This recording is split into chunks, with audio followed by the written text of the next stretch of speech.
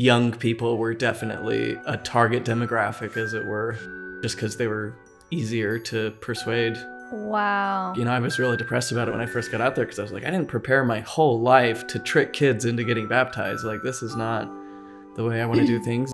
Hey, my name is Shalise Ansola, and this is Cults to Consciousness, where we discuss leaving high-demand religions or organizations and finding healing and independence through awareness and true individual sovereignty. If you're listening only and you would prefer to see all of our faces, head on over to YouTube at Cults to Consciousness. It would mean the world if you could like, subscribe, hit the bell so you don't miss an episode. We love hearing from you, and we are going to be featuring comments now. So, today's guests, plural. This is the first time on Cults to Consciousness we've had a threesome, guys. It's going to be great. So these two, I've met them a little while ago from my Days on Mormons on Mushrooms podcast. They're incredibly talented artists, both with writing and singing and anything music. And they're also hilarious. They're two best friends. They talk about everything ex-Mormon. They have an incredible channel on YouTube as well. If you are familiar with the ex-Mormon space, you have definitely seen their content. So I cannot wait to dive into it. Thank you so much for joining us, Tanner and Sam from Zelf on the Shelf. Hey, Hi, it's so good to be here. Thank you. Such a kind intro. Yeah, you Also guys joined are by awesome. Bernie Sanders the cat. Oh, Is Bernie. here with us. Happy to have you, Bernie. He has a lot of opinions and he's not going to be afraid to share them. Oh, I love it. That's amazing. I have Oscar Meyer next to me who may or may not jump on my lap at any point. We have a lot to talk about today. First, I want to get into conversion. So I know that, Sam, you were a convert to the church, and I want to get your insider perspective on ways that high-demand religions, cults, Mormonism uses conversion to get members and to also, like, convert the missionaries in the process. So I want to talk about that, but first, I would love to have you explain to our audience who may not be familiar, who maybe never knows, what Zelf on the Shelf means. Joseph Smith, way back in the day when he was had organized the Zion's Camp little militia to fight the state of Illinois. They were marching to liberate a city, and along the way they found this mound with a skeleton in it and an arrow in it, and Joseph Smith, never one to waste an opportunity to prove his prophetic prowess, said, "This is the body of Zelf, a white Lamanite prophet warrior who fought in the last battles of the Book of Mormon." Wow. And the Book of Mormon apologists who have tried to explain where the Book of Mormon literally happened have been wringing their hands about it ever since, because it completely contradicts everything that they believe about Book of Mormon geography. But it's so fun for us. So I always thought that was a goofy little story, a goofy little name. When we were trying to figure out what we should call ourselves, that one really stood out. And Yeah. on the shelf, you know, you've got the idea of putting all your doubts and things on the shelf. And we do a lot with books too. So, Yeah. you know. Yep. That's that just awesome. stuck. And explain to people why white Lamanite is a little problematic in Book of Mormon terms. Well, we already start with a just normally problematic situation of Lamanites. Yes, exactly. Which are supposed to be the ancestors of the Native Americans who allegedly, according to the Book of Mormon, were Jews who sailed across the ocean and settled the New World. And unfortunately, they were very idle and wicked, so God cursed them with a dark skin so they wouldn't be attractive to the white people. Wow. It said that in the Book of Mormon. I think they've since censored that little bit. But there it was in the most correct book ever written, that God curses people with dark skin. So then to find a white Lamanite is just, wow, a really special guy. Yeah, very, very special. As are you two. A prophet warrior, no less. He's got it all. I actually love the significance because you guys are pretty special and you're your own prophet and prophetesses of the ex-Mormon space. And we happen to be white. And you're white. I won't stop. I can't stop. Oh, that's so great. All right, let's get into your story then, Sam. So you converted when you were 16. Yes, conversion. Yeah, and I know you've told your story a million times, but for people who aren't familiar, what was that process like for you? What kind of What state of mind were you in when you encountered the missionaries, or when someone was like, hey, you should check this out? And how did it make you feel to belong or become a part of the Mormon Church? Yeah, so I met the missionaries I think I met them one time when I was 15, but essentially started seeing them more significantly at 16 because I had a friend who was Mormon, and me and another one of my friends were taking the 6 missionary lessons, kind of just thinking it'd be a cool way to learn about our friend's religion. Not definitely not understanding like the intensity with which they're going to try and convert you. But I mean, I do feel like I had kind of like the nicest, kindest, most loving conversion possible, in that, this was my friend who was had a sibling who also became my friend, and his parents. I sort of just became like close to this family who are just a genuinely lovely family, and they sort of took me under their wing through Mormonism, but also like had known them for I think a couple of years prior to that, and like they both of these siblings were just like lovely people. Everyone at school knew them as just the kindest, and the parents also so kind. So just really genuinely good people. So I was obviously drawn to that. And, as a troubled 16-year-old with a lot of unhealed childhood trauma that, wouldn't even begin to be acknowledged by me for like, I guess 6 more years until after I left the church, properly at least. It was very appealing, just this warm, inviting home where I'd go to have missionary lessons. And, missionary lessons obviously invoke a lot of emotion a lot of the time. They have you read out, let's say, that scripture that's like, for Christ so loved, or God so loved the world, he gave his only begotten son, but they have you put your own name in it. And as a 16-year-old who's struggling with issues of self-worth and am I lovable, and, previously I'd figured, no, I'm not. This is all very appealing, just this potential sense of belonging.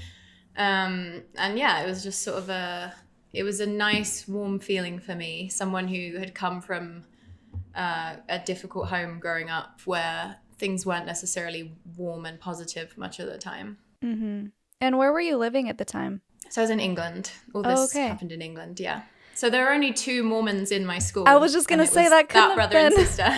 Yeah. Wow. So that's so interesting. So then you really weren't exposed to a lot of Mormon stuff growing up, except for your friend, right? The only thing I knew about Mormons was like the joke in Friends where Rachel says she might say she's Mormon to excuse why she's not drinking on a date because she doesn't want to tell the guy she's actually pregnant. And then I think I genuinely cannot even think of another single instance of even hearing about Mormons. I think I didn't even know my friend was Mormon until around the time I started getting missionary lessons. It wasn't really known in England what Mormons were. Yeah. Hadn't heard much about them. When you were presented with this faith, it seemed pretty normal. I mean, obviously your friend was very normal. What was the community like out there as far as being Mormon? Because I've moved around a few times, so I know what it's like to be Mormon in Utah, Mormon in Portland, Mormon in Vegas, Mormon in California, and they're all different. The way that they go about life seems very different, and the way that they approach the doctrine feels very different, where some people may feel that in Utah it's more strict, but at least the part of the state where I was, it was more relaxed because everyone was Mormon, so no one really followed the rules as hard. It was kind of like, oh, we all kind of slip up. But then when I moved to Portland, they were like, no pop, no caffeine, no. And I'm like, whoa, you guys are crazy. Like, why are you so strict? So what was it like in England then? So the family that sort of brought me into Mormonism, I'd say they were quite strict, but not in a way that made them like they were just very kind, and so they had kind of the normalness of a regular English person, or just a kind English person, and then also were strict in this religion. So it's not that Mormonism felt normal. Like in England, it's just weird to read a book of scripture at all regularly, or even praying every day is kind of like, oh, you're kind of intense, anything remotely devotional towards religion is strange in England, or at least the little world I grew up in. But I would say that I mean, everyone at church was really kind. I do feel like when you have a high demand like religion like Mormonism, and it's not in an area that is all people in that religion, that really can benefit it, because people know they can't get away with the same sort of like judgmental treatment. They can't use the church to be passive aggressive with people. There's just ways, you know, when you get Mormons together, that things get weird, and often passive aggressive and judgmental. And I feel like some of like the worst parts of Mormon culture are sort of mitigated by, you know, being in a ward that's not in an area like that, because everyone has to exist in the regular world with people who don't give a shit about Mormonism. And you can't, you know, England is also a country where your religion is sort of a private thing. You know, you certainly can't go around trying to convert people all the time. I mean, I think America is like, you know, obviously has more of a Christian backbone more recently and stuff. And so it obviously is so dependent on where you are in America. But I just think there's more religious zeal and fervor in America than in England. So yeah, I do feel like a lot of the members in my ward in England, you know, they came across as they were very nice and normal people, who also happened to be Mormon. And yeah, I do think, I mean, in my experience, people are a bit more, at least moderate in, I don't know if moderate's even the right word, because sometimes you can almost be stricter when you're not surrounded by Mormons, because, you know, that's your thing. Be an example. Really cling tightly to it. Yeah. So it's tough to say, but I would say in terms of like outward presentation, I do feel like English Mormons come across less zealous, or what I'm trying to just be, I don't want to accidentally use an offensive word, because that's not what I'm trying to say, but yeah. No, I understand what you mean. So that's really interesting then. Did you grow up with any type of religion before Mormonism? Was this your first peek into praying to God, if it wasn't very common in England? I just had a very light touch of Christianity occasionally, in that if I, you know, the few times I'd been to a church service, it would be a Church of England service through the Brownies or Girl Guides. And occasionally in primary school, we'd have a vicar come in, Church of England vicar, and tell us a little story about Jesus, you know, twice a year. So, you know, Christianity was the religion I was most familiar with, but not by much. Yeah, because I could imagine, and I'm curious to hear your experience, if I was never exposed to the act of praying or speaking to a higher power, or in a way that's like supposed to be daily or all day, where you're supposed to pray like 8 times a day, I would imagine that when you do make that connection, you would immediately say, oh, well, yeah, Mormonism is the true religion, because now you do have some sort of spirituality and connection to a higher power that you maybe didn't before. Was that the case for you? Yeah, I see what you're saying in that, I had sort of loosely prayed maybe occasionally growing up, just in case, you know, in case someone was there. But yeah, I mean, because I was 16, 17, the religion I was first exposed to, I didn't have the awareness to know, like, this is because obviously tons of people pray. I knew that in all kinds of religions. But, and even though, you know, it's not necessarily like I had any crazy prayer experience that would just like, you know, blow any doubt out of the water. It's more gradual and line upon line than that, I think, with conversion. But yeah, it is easy to have an experience and to then extrapolate that into, well, then this is what everyone should be doing. And, you know, that's like a sort of a spiritually immature mindset generally. And I was a teenager, so of course it was an ideal time to come into a thing like Mormonism and then believe with my whole heart, like, this is the way. Yeah, I can imagine it's probably easier to convert children/young adults versus people who've been around a lot longer. And I'd like to get, Tanner, your opinion too, because you're a missionary, and so you have like the opposite perspective. Was there anything that you found or you were told, like, go after people like this, go after teenagers or people who haven't been exposed to religion, and kind of like insert yourself into a weak spot, if you will? Yeah. In my particular mission, and it varies mission to mission, we had,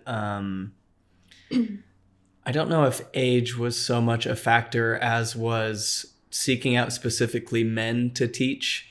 You were only supposed to teach a woman if like she approached you and asked for it. And of course, if somebody was there with her, so that you weren't teaching a person of the opposite sex. alone.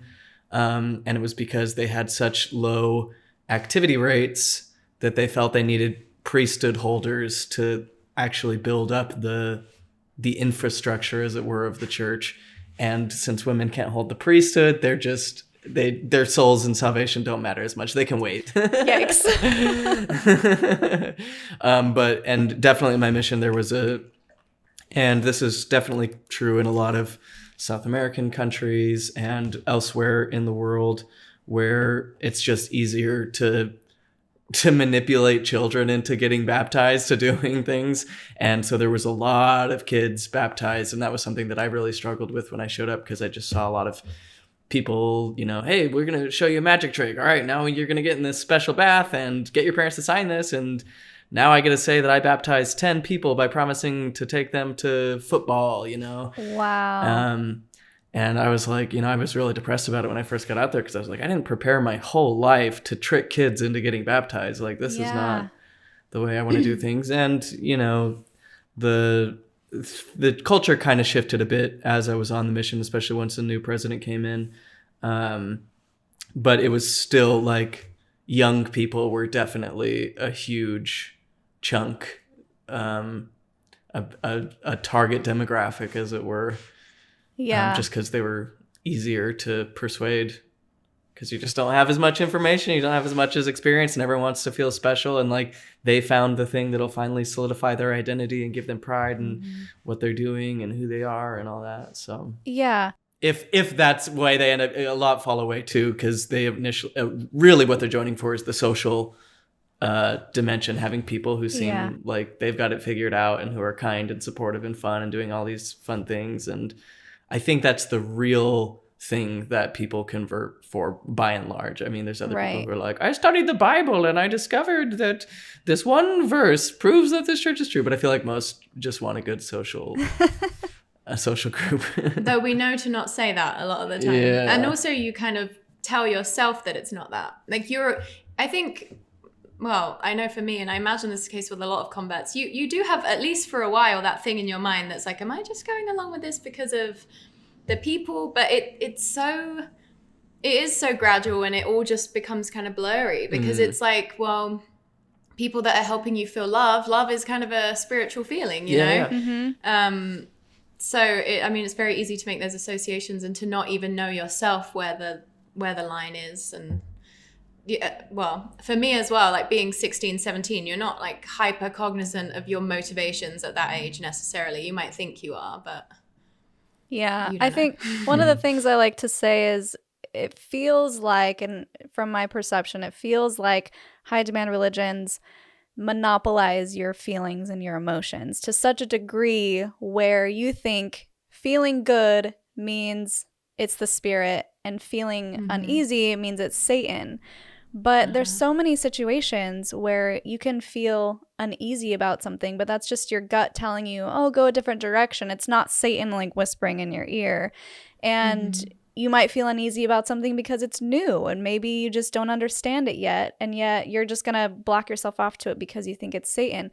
So when you have these missionaries going into people's homes and, like you said, putting your own name into the scripture, of course you're going to feel a certain kind of way. Like when you think about someone sacrificing for you, or you think about someone being your savior, or someone looking out for you and praying to someone, you're going to feel good. And so they say, oh, that feeling, that's a spirit, and that means that the church is true. I'm like, well, anyone in any religion can say the same thing when they have a spiritual experience. So that's something that I always try and hit home for people when they say, oh, no, I know this church is true. And I say, okay, well, is it because of a spiritual experience that you had? Usually it's yes. Well, is it possible that that spiritual experience was just a connection with a higher power and had absolutely nothing to do with Joseph Smith? Because usually that's the case. Or it's the case where, like I was mentioning, they monopolize any good feeling and just call, well, see, it's true because you feel good about it. So what was it like for you, Sam, when you had that feeling, or if you did ever have that feeling where you're like, yes, this church is true and I'm going to join? Yeah, I think that, there are a few variations of that feeling, but essentially, church experiences and interaction with members and kind of, I suppose, reading the scriptures, even though it's kind of not really about the reading of the scriptures. It's more just like the devoting time to a certain kind of mindset, you know? All of those things did produce, you know, not necessarily consistently, but enough experiences of like euphoria. I mean, that kind of is like the peak when I think those spiritual experiences where you're euphoric. You know, general oxytocin, feeling loved, feeling belonging, feeling love towards others, feeling grateful. Gratitude is something that is often emphasized in Mormonism. That is, you know, universally a good idea. Well, I guess unless you're using gratitude as a way to become comfortable in oppression. So I don't know about that. But you know what I'm saying? Gratitude is a good thing to do. So yeah, it did evoke good feelings. As part of this sort of larger picture of, as I said, increased belonging, meaning, purpose, friendship, love, all those things that we crave. Yeah. Yeah. Tanner, did you feel when you were on your mission, is that kind of, and I don't want to put words into your mouth, so tell me if you think this is true or not, seeing people in that state of euphoria and being like, oh, yeah, this is why I'm doing it. Even though I might be baptizing them under sneaky circumstances, they're clearly happy. So this is good. I'm doing the right thing. Did you feel that way? Did I feel happy for the people who were doing it, even though I had some qualms about how they were being converted? Yeah, happy, but also like as a justification to maybe something that you felt wasn't really right. Yeah, and it's all a little squirrely, all the reasoning, right? Yeah. You're constantly like going in weird thought circles, because it doesn't add up. So you've got to avoid critical thoughts with other things.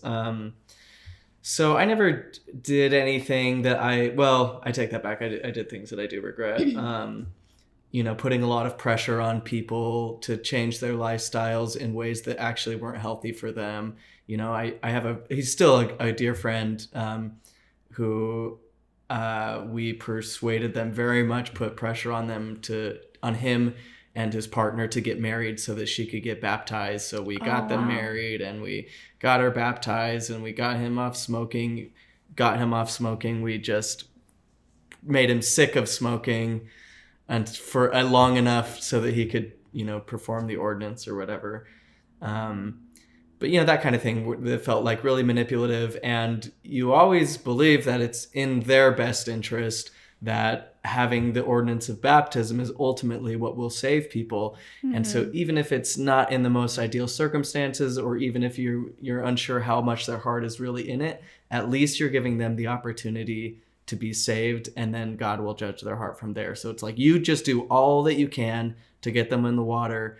Don't question how much that is a personal desire to feel fulfilled in your mission and to look good to the people at home who you're writing to, and to your mission president who's going to promote you or whatever. It's just about loving the other people enough to force them into baptism. So, but there were other things like, you know, we started teaching a woman with severe mental illness, and who was not ready or capable of fully comprehending or accepting what was going on. And then I left, but heard that things ended up moving forward with her, and I always felt a little weird about that. Not that mentally ill people shouldn't be allowed the opportunity to meet Jesus, or, you know, whatever baptism entails, only that it seemed like it was just a way of manipulating someone into baptism so we could check the numbers and feel that that the people who were there were good missionaries or whatever. So it was a little tough. Yeah. I've heard that quite a few times, that most missionaries go out expecting to have more of a spiritual connecting experience with these investigators, only to find that they're like, nope, it's just the numbers. Like it feels like they don't really care about the people they're converting. It's more about how many you can put on the books. And in that case, how much follow-up did you do with these people that you did convert? Or did you just kind of like, you're done, all right, on to the next? Done, all right, on to the next. And it's kind of sad, because a lot of the people who convert for the specific missionaries. And that is definitely consciously approached in the missionary field of like, you're not converting people to you, you're converting them to Christ and to his church. Oh. So the idea is that you're supposed to get people there, and then the membership of the church can befriend them and keep them solid in the church. But really what happens is people get used to having these friends drop by and have meaningful conversations where they're being asked questions about their innermost thoughts and desires and hopes and dreams and values and all that. And then once those people are gone and they don't receive the same interest, that can kind of wilt a bit. And some do stay strong, but the retention rate in Brazil specifically, where I was, is pretty bad. And I think a lot of the people who did get baptized were kind of expecting for that friendship to continue. And I did feel bad, especially in the beginning, of like, oh no, I've become so close to these people. I've changed their life. I'm like a part of their family now. And now I'm just getting, shipped 2 hours away, and I will literally never speak to them again. And that's how it's been. And we were actually, we were not allowed to maintain communication with people after we had moved out of the area. So, and I moved around a lot. I was just constantly getting moved, constantly getting new companions. And that was really hard at first, because you're just to teach people and then get so connected and then be gone and never see them again. And eventually I think I just kind of like shut down that part of my heart or disconnected. And it was kind of a sad thing, but had to do it to maintain some sense of stability or something. I don't know.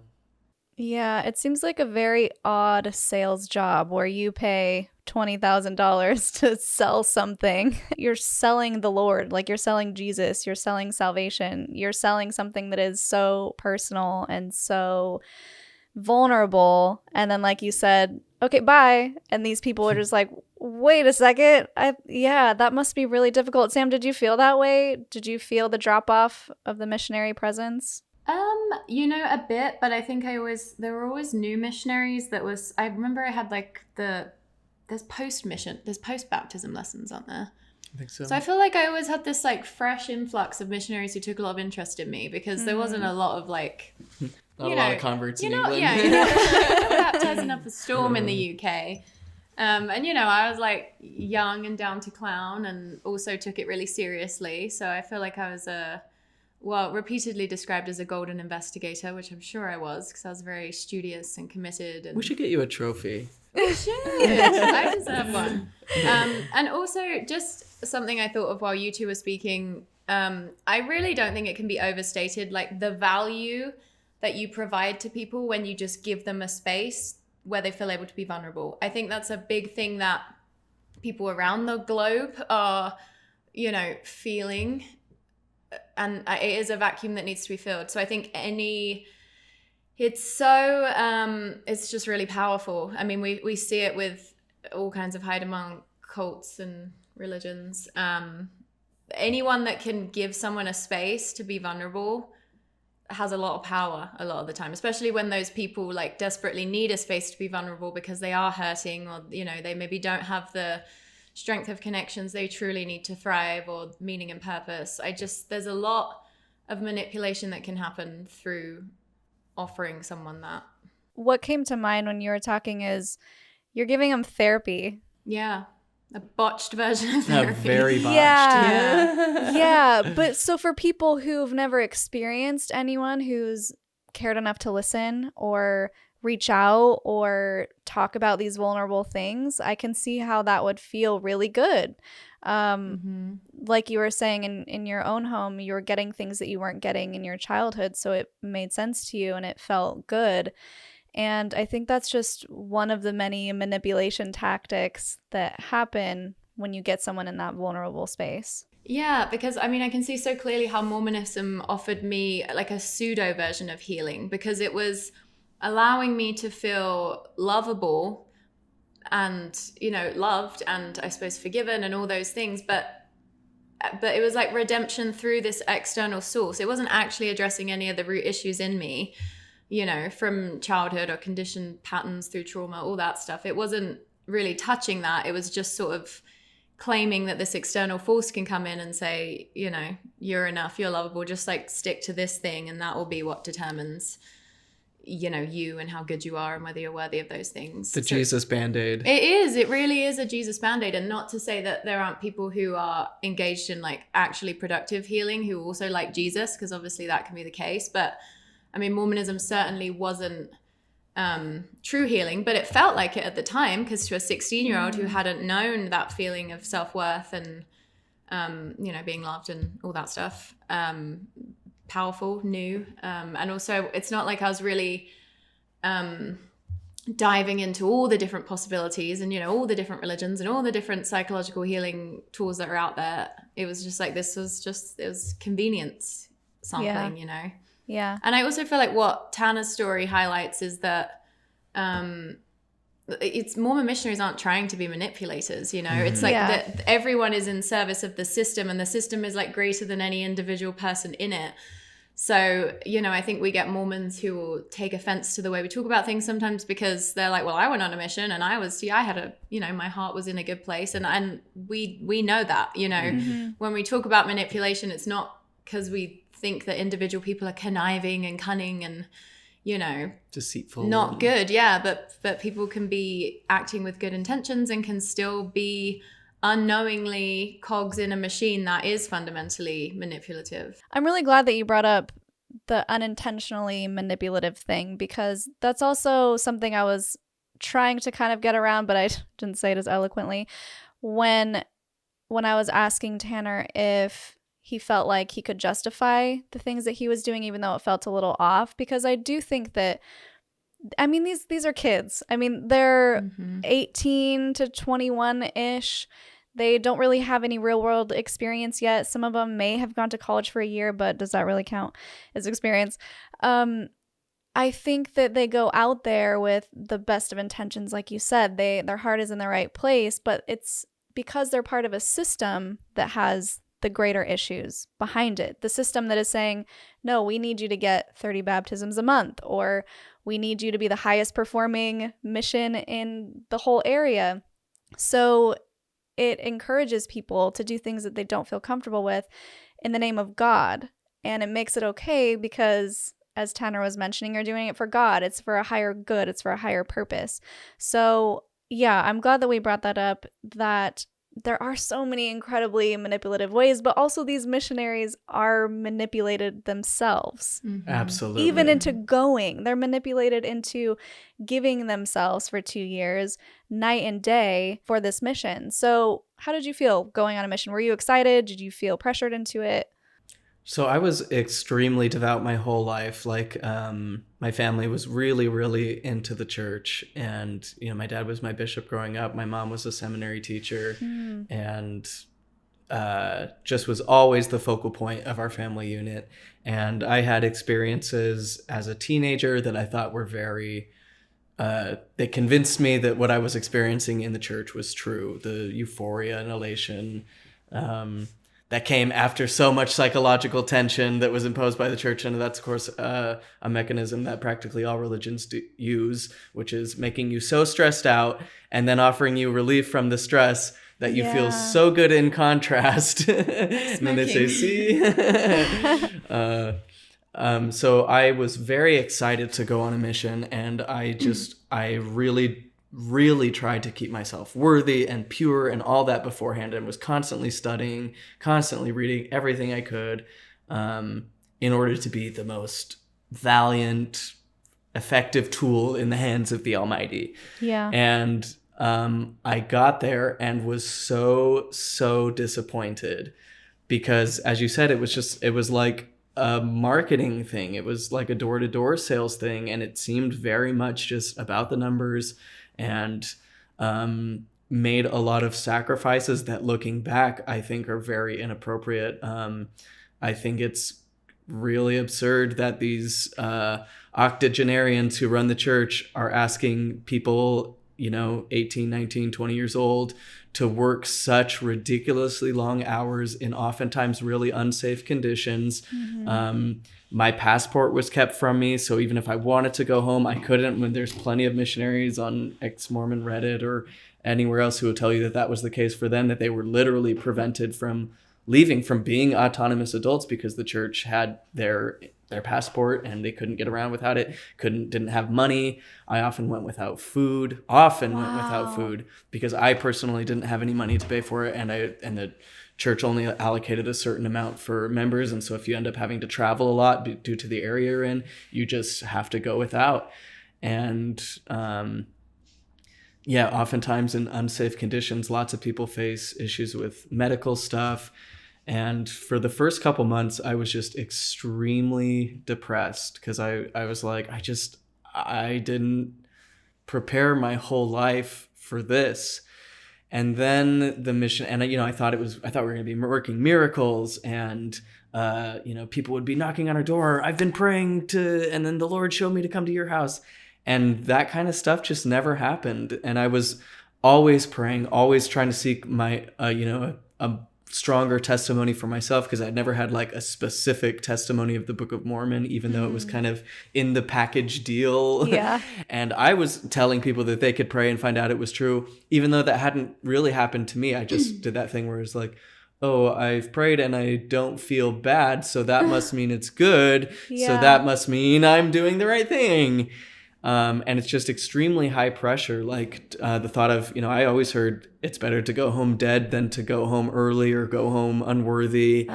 And there were times when I just actually wanted to die out there, where I just prayed a bus would hit me, and that would just be it, because the conditions of having to just be walking all day on the equator in business attire, is too much. And not having anybody else who spoke the same language, except for one other American who told me when I got there, the mission is the biggest lie in the church. Like, it sucks out here. And I was like, oh, it does suck out here. Oh my But then it became this even further test of faith of okay, well, even if the organization that I've been looking forward to my whole life, which is the mission, even if that is not aligned with my highest spiritual expectations, I'm going to prove to the Lord that I loved him enough to put up with it and to try to be the best missionary that I could be, despite being miserable.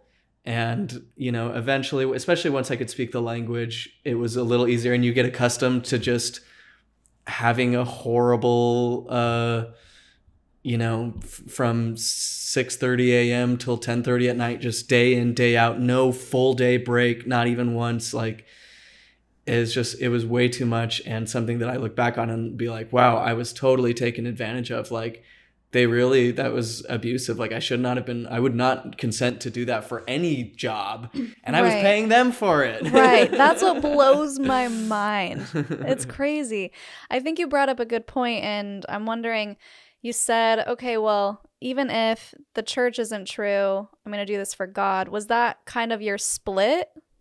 It wasn't even so much the church. It was just that even though the mission doesn't live up to my expectations for it, and I can see that there's a lot of egos at play here, it's still the Lord's church. And even if my mission is a little weird, the whole thing is still true.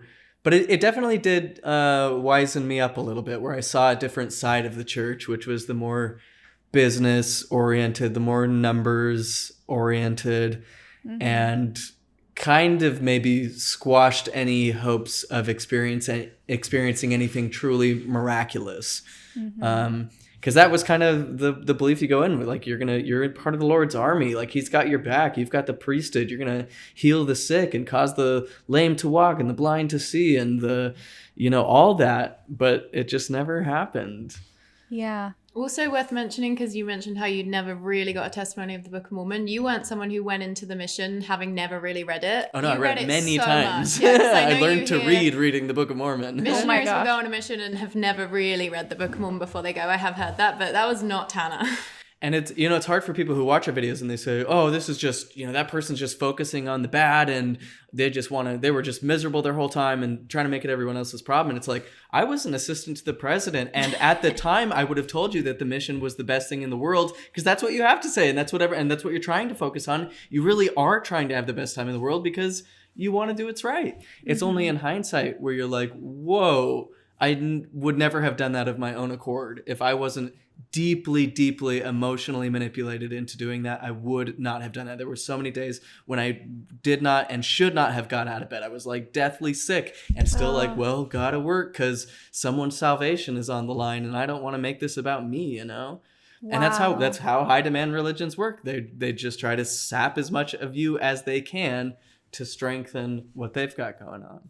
Yeah. So you're hungry, you're sick, depressed, tired, overworked, and yet you're still pushing along for these 2 years. I'm blown away at how you didn't just give up, because anyone after a month of that, after 2 months of that, would be like, no, I'm good. And that just shows you how deeply into it you were and how these missionaries are. And that quote that you gave is so heartbreaking.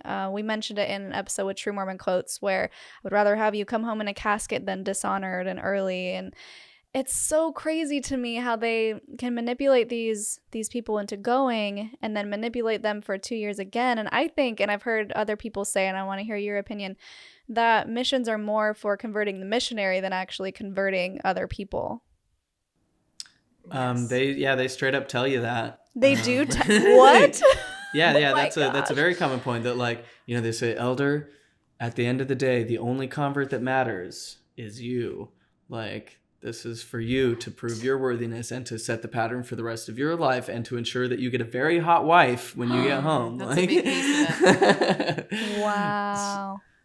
So yeah, it's definitely true. And I think someone on Ex-Mormon Reddit recently, I saw a meme going around talking about how, yeah, it makes sense that if you get someone to just like walk around, go door to door, get mistreated by people and make them feel like this martyr complex, like I've gone out to share this thing and everyone hates me for it. And everyone is just so prideful, which was always the talking line of why we couldn't baptize anyone who was exceptionally critically thinking or well off and just content with life. No one is just content in Mormonism. They're all very prideful. Too prideful for the bit of projection for you. Yeah.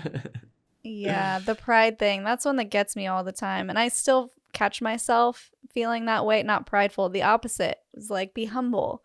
You're being too humble because we're not taught to be like, yeah, I'm great. Yeah, I have something good to say. It's especially as tone women. It down. Yes, especially as women. Talk quieter. Don't be the center of attention. Don't pull focus. Yeah. Shrink however you can shrink. Just try and do it. Yes, exactly. Was there anything else from your mission that you feel is notable that you want to bring up and let people know about? I guess just kind of reiterating what Samantha said, that like, it's nobody's fault and nobody's, you know, we're not out saying like Mormons are awful, devious people. It's like the thing of, it's just that because everyone's forced to do it, it's seen as this like rite of passage.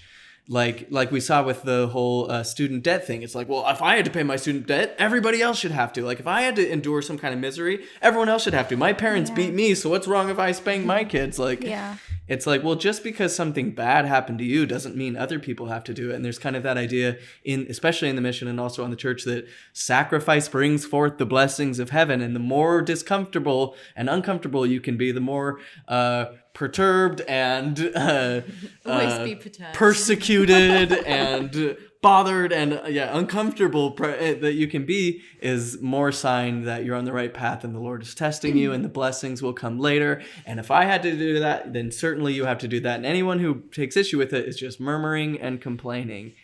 And that is just a problem with high demand religions across the board. And I don't think it's a coincidence that correct me if I'm wrong, but it seems like missionary retention rates have got way lower, and you hear much more these days of people going home early or having to do a different type of mission, or just people flat out not going. And because I feel like young Mormons now don't live in the kind of closed system they used to live in. Yeah. So number one, they're more aware of mental health. They're less, I mean, because the thing that I imagine keeps you going when everything is horrifying is feeling like you genuinely, it's not an option to leave, which now I feel like, again, because young Mormons live in a more open system than they used to with like the internet, you know, that's not going to happen as much.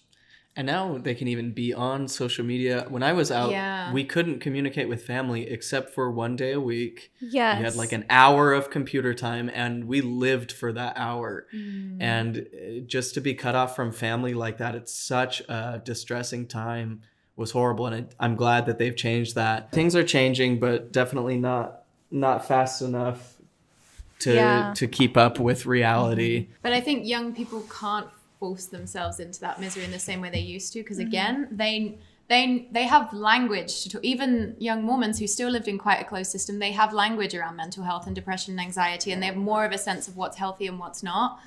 I imagine when you're on your mission, and then imagine what it was like when your dad was on his mission, or his dad. I mean, it's just like unfathomable how little outside input would come. You would just have no concept of there being any other way to do things. Yeah. Also, definitely the mission style has changed through the ages. Like they used to have just everything was memorized and you didn't go off script at all. You used to be able to like have a little bit more at different points, have more autonomy. You could go to the movies or travel by yourself. But it seems like within the last few years, decades, the like Stephen R. Covey maximum efficiency, like that the business marketing strategizers of the church have kind of taken over, and everybody pays homage to that system. But yeah, it's definitely not one that's like healthy for young people to be forcibly immersed in. Yeah. They cut you off from your family, from everything, from the outside world that you knew, and now you're only immersed in the one that you're in, with the language, even the new cultures. And one thing that I wanted to speak on is how they erase cultural identities. So they send these missionaries into different countries and they say, oh, I know your ancestors believed in multiple gods or worshiped the earth or worshiped this, and they do maybe plant medicine even, but all that has to go. You have to worship this version, which is like the American Christian church, right? Did you find that, Tanner, because you went to Brazil, right? Did you find that you were having to kind of culturally erase people in order to get them to fit into the Mormon box? Yeah, and you can kind of see it just like across the board. Religion is, and missionary evangelical religions are definitely like the spiritual or philosophical arm of colonialism. And you could see a lot of the ways in which American culture is imposing itself or being adopted in lieu of more traditional aspects in various cultures around the world. And maybe that's just the byproduct of becoming more and more connected, where we're all sharing the same media and watching similar things, and everything's going on in real time everywhere all at once. But definitely as a missionary, you can feel that, especially with like the emphasis on the white shirt tie thing. Like, this is the way that God wants you to be. He wants you to be spending money on fancy clothes so that you can look like you're capable of negotiating a business deal on any given Sunday. That's apparently very important to God. But something that, looking back, I feel very silly about. Like, why would God care about that? And yeah, it's sad to see that. I think it's probably, it's better than like early Catholic colonialism, where they're like, you have to convert or die. Yeah. And you see like, in other cultures where other paradigms of living, especially with like trans people, non-binary people who have been fully celebrated and have like a space to exist in society and are seen as contributing members of society, as a role that a society needs to celebrate. When the Christians come over, they say, no, there's only man and woman, and you have to wear dresses and you got to wear ties or else you die.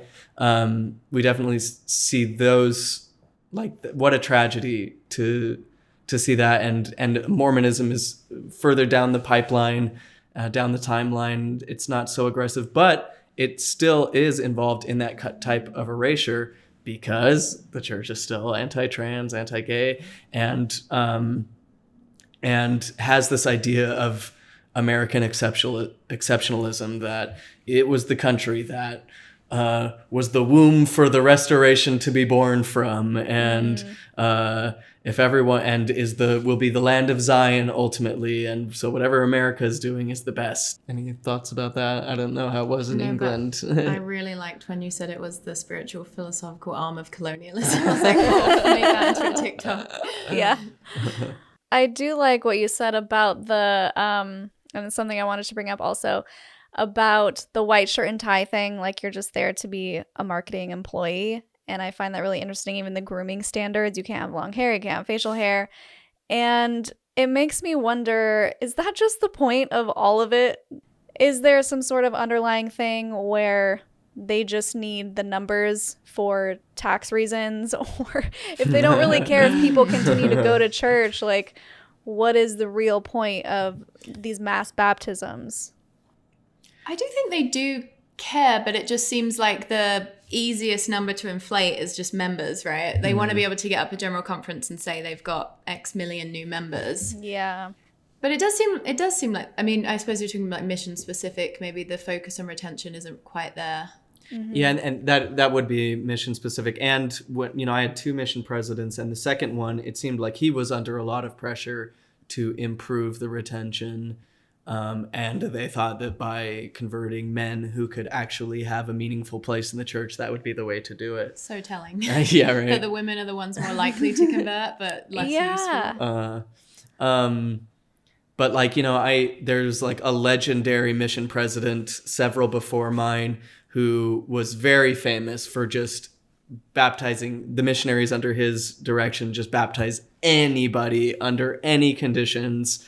And we're just, throwing people in the water to boost numbers. And that mission president's is in the 70s now. They do have an ego about it of like, oh, if I can prove that our mission is booming, they'll think I'm a spiritual giant, and maybe I move up the ranks a little bit. And that was always kind of foreign to me. I always thought you were supposed to pretend like you didn't care. But what I saw is a lot of people actually aren't even pretending. They really are aspiring. And they get it if they can show it. But then, yeah, I'm sure there's legal loopholes and things. We've heard that with like real estate and temple building, that you can avoid certain taxes or gain certain benefits as long as you're building a certain amount of buildings in certain places. And there's probably something to do with that with membership conversion and stuff. But yeah, like Sam said, probably the easiest number to inflate. Yeah, to show the false sense of growth, like, see how many numbers that we have now?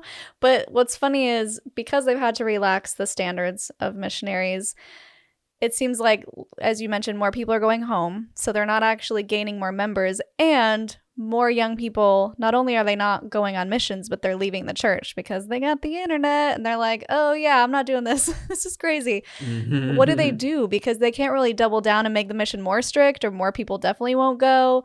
But I think the last thing that I saw, maybe you guys remember who said it in some sort of talk to the youth about how, going on a mission is a choice, but you made that choice when you were 8, when you got baptized.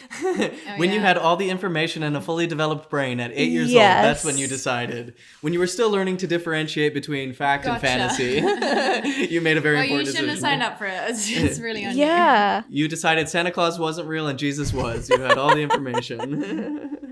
Yeah, exactly. It feels like they're in that classic late stage cult bind where they don't know whether to tighten the rules or relax them, because the truth of the matter is, relaxing the rules doesn't get people to stay, because it, weakens the psychological hold that the organization has on members. But their perception of what's happening is that, oh, we're too strict because, the modern world is so much more open, and there's so many different ways of living.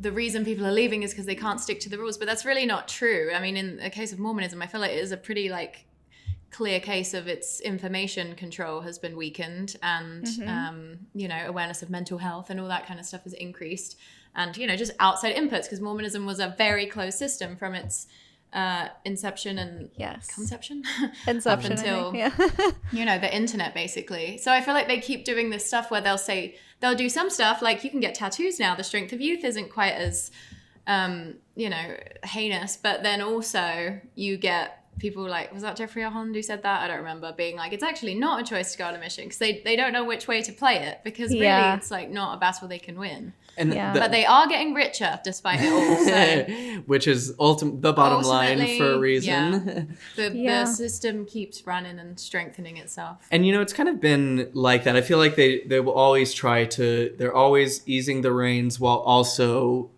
advising tightening people them. to be more and more rigid. Yeah, like, in the 1960s, For the Strength of You said that women shouldn't have hair rollers in their hair when they go out into the public because that was immodest. What? And, nobody cares about that now.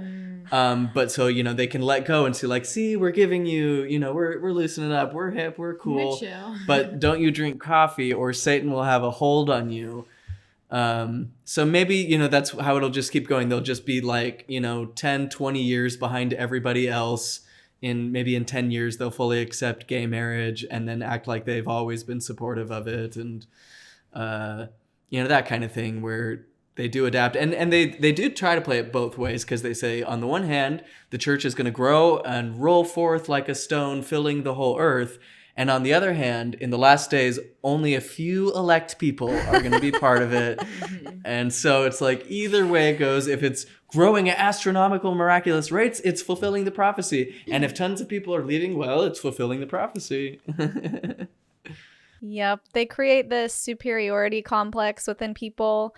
And I think that's why, in my perception, it seems like when missionaries come home, either they completely double down or they leave. Because after you go through all of that pain and suffering and sacrifice, it's this better have been for something, so I'm going to double down on my faith and really buckle in, or else what was all of that for?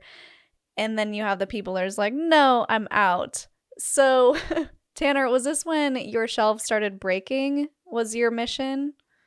I had always had shelf items, even as a 12-year-old. I was like, how come the Joseph Smith translation in the Bible doesn't match up with the Bible verses in the Book of Mormon? That's a little weird, isn't it? And my teacher just being like, I don't know. So, there's always little things that go, and you go through the temple, and that's a few more things, and it's always just kind of adding up. But I don't think I really started struggling with my faith till college. Around the time we became friends, we were both studying communication at BYU, Idaho, and I had a bunch of convert friends, several convert friends, and because I was so zealous and I was always reading church history and always trying to understand and explain the principles of the gospel, people would come to me with their questions. And so some convert friends approached me with things that they didn't find, that the missionaries certainly weren't teaching in the first lessons, that polygamy, race in the priesthood, stuff like that. And I would say, let me study and get back to you. And then you do just a little bit of studying and you realize, oh, wow, there's a lot in here that I have not been told about that is kind of fishy. And it was pretty scary because it's a BYU, Idaho. If there's one place in Mormonism that's more insular or just as insular and culty as the mission itself, it's Rexburg, Idaho, where 98% of the population is Mormon, and they pride themselves on being extremely fundamentalist. They don't even you can't even wear shorts or flip-flops on campus because for some reason it's more righteous to wear pants, I guess. The closer you are to business casual at all times. Yes. Jeez. Yeah. So I didn't know anyone who had ever left the church, really, or at least I didn't think I knew anyone who had left. I knew people who had left, but was told that they just were sinners, or that they were going to come back anytime as soon as their unrighteous spouse came back, then they'd be back, or whatever the gossip. They knew it was true. Yeah. They just couldn't handle how much they knew it was true. Right. The amount of It's like when a guy's not really interested in you, and then you and your friends are like, he's just afraid of how much he likes you. And that's why he's not texting you back. Oh my gosh, that's so good. Yeah, I keep getting comments on my page of you just refuse to repent for your sins. I'm like, okay, sins. I don't even really believe in the word sin anyway, but sure, that's why. Yes, I'm just a vile, wicked person who can't give up coffee. Something you have to actively force yourself to like over the span of at least a year. Yeah. I don't know why we didn't bring this up earlier about the lack of information within missions, because they really just preach a whitewashed version. They don't even know that it's not the full version of the church. Right. And then they're faced with questions from other people saying, yeah, what about race in the priesthood? And they're like, like the church doesn't even arm them with, oh, people might say this, so maybe you should respond with that. They don't give them any of that, which is so awful in the first place. Because they know it's bad. Yeah, it is bad. Because if they had good answers, they'd use them. I know. They really have really crappy responses to all of those with the Fair Mormon stuff.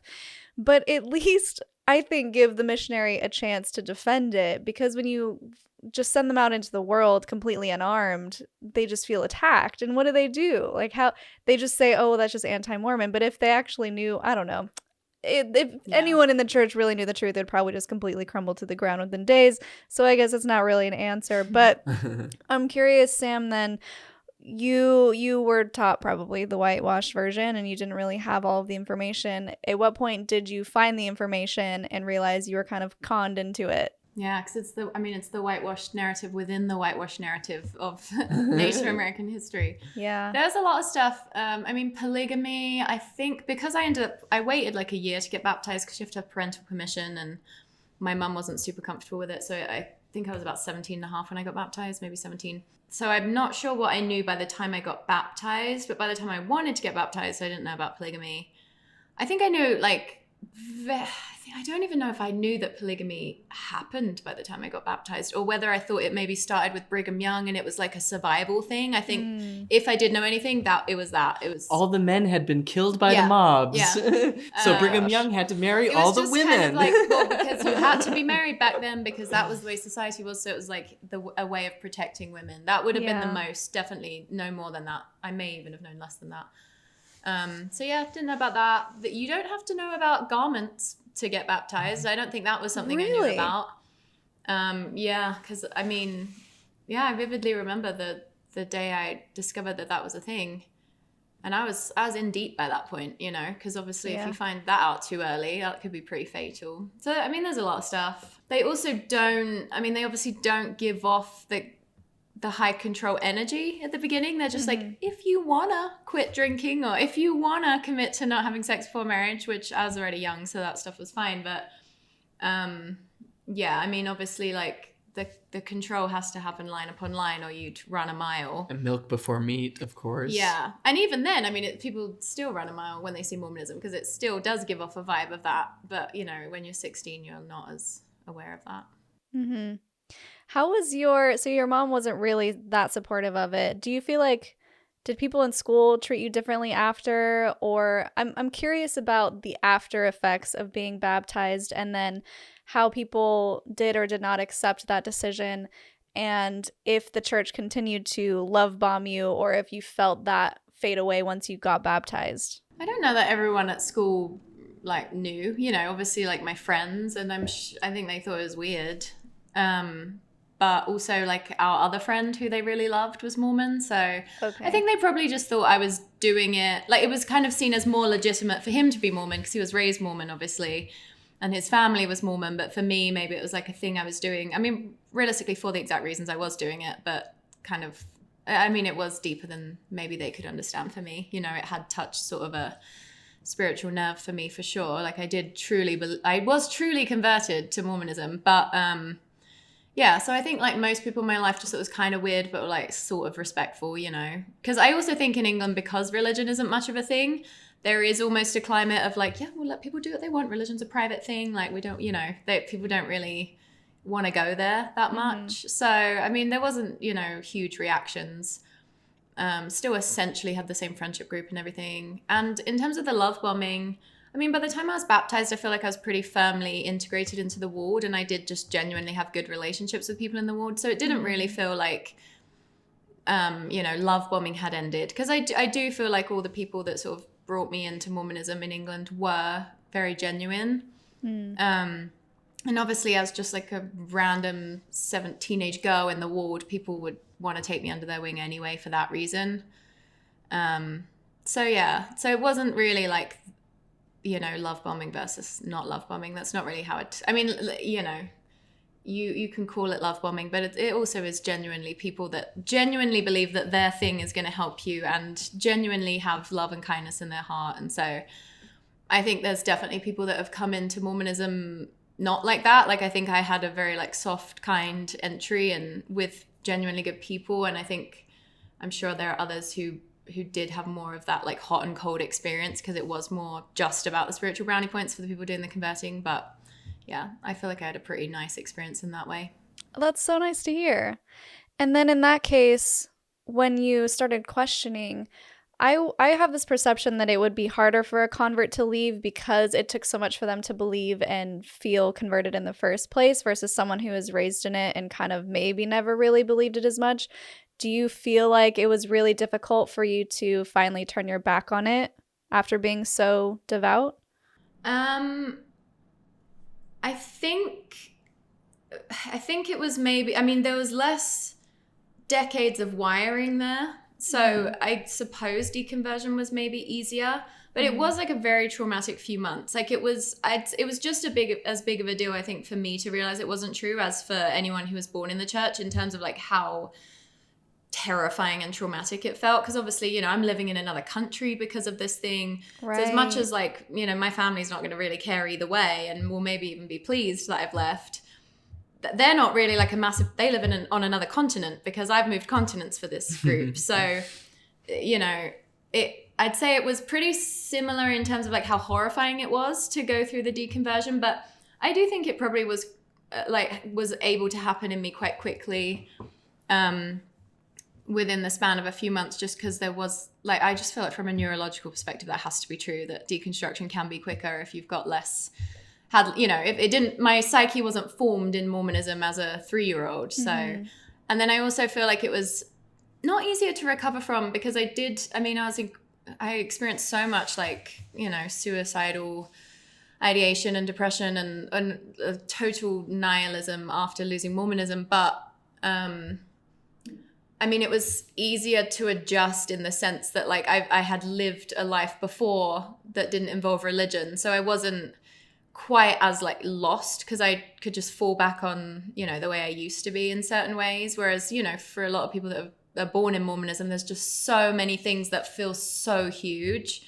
So I think it was sort of easier in that sense maybe. But again, that didn't really help with like the loss of meaning and nihilism. Thank you so much for your time, you guys. You've been amazing. How can people find you and support you? What are you up to? List all your handles. YouTube, Zelf on the Shelf. That's our main platform. We're also on Instagram and TikTok and Twitter. Also, Patreon is a really big thing for us. We do bonus content there, and that's the primary way we support being able to do any of this. And recently we read through a couple 80s Mormon teen romance novels. The sequels to Charlie. And it has been a lot of fun. It's the best thing we've ever done. It's like, it's our elite content, and it kills us that it's only on Patreon. That's amazing. That's a lot of fun over so there. That's our plug for that. Any final thoughts before we go? No, but this has been really nice, and you seem really nice, and I'm really happy you're doing this podcast. Yeah, thank you so much for having on. It's fun to see your videos popping up more and more often. I'm like, you're blowing up right now. So thanks for having us on. It's been so fun. Yeah, it's been a lot of fun. It's been a wild ride. You guys know how it is with content creation. It's a little crazy, but it is worth it at the end of the day. That's what they tell us. That's what Jesus said. That's what they It'll said. be worth it. That's what they said. So if anyone watching or listening wants to support, I also have a Patreon, patreon.com/cults to consciousness. I want to thank my brand new patrons, John, Mark, and Timothy. Thank you for your support. It John, means Mark, the and Timothy. World. Yay! All apostles or something. Yeah, I know. Yeah, so thank you so much for watching, and until next time, follow your highest excitement, be conscious, and be well. Thanks for listening. If you like what you hear, it would mean a lot if you could like and subscribe on YouTube and leave a review or a comment to help with our visibility. You can also find me on social media at Cults2Consciousness or reach out by email at cults2consciousness@gmail.com.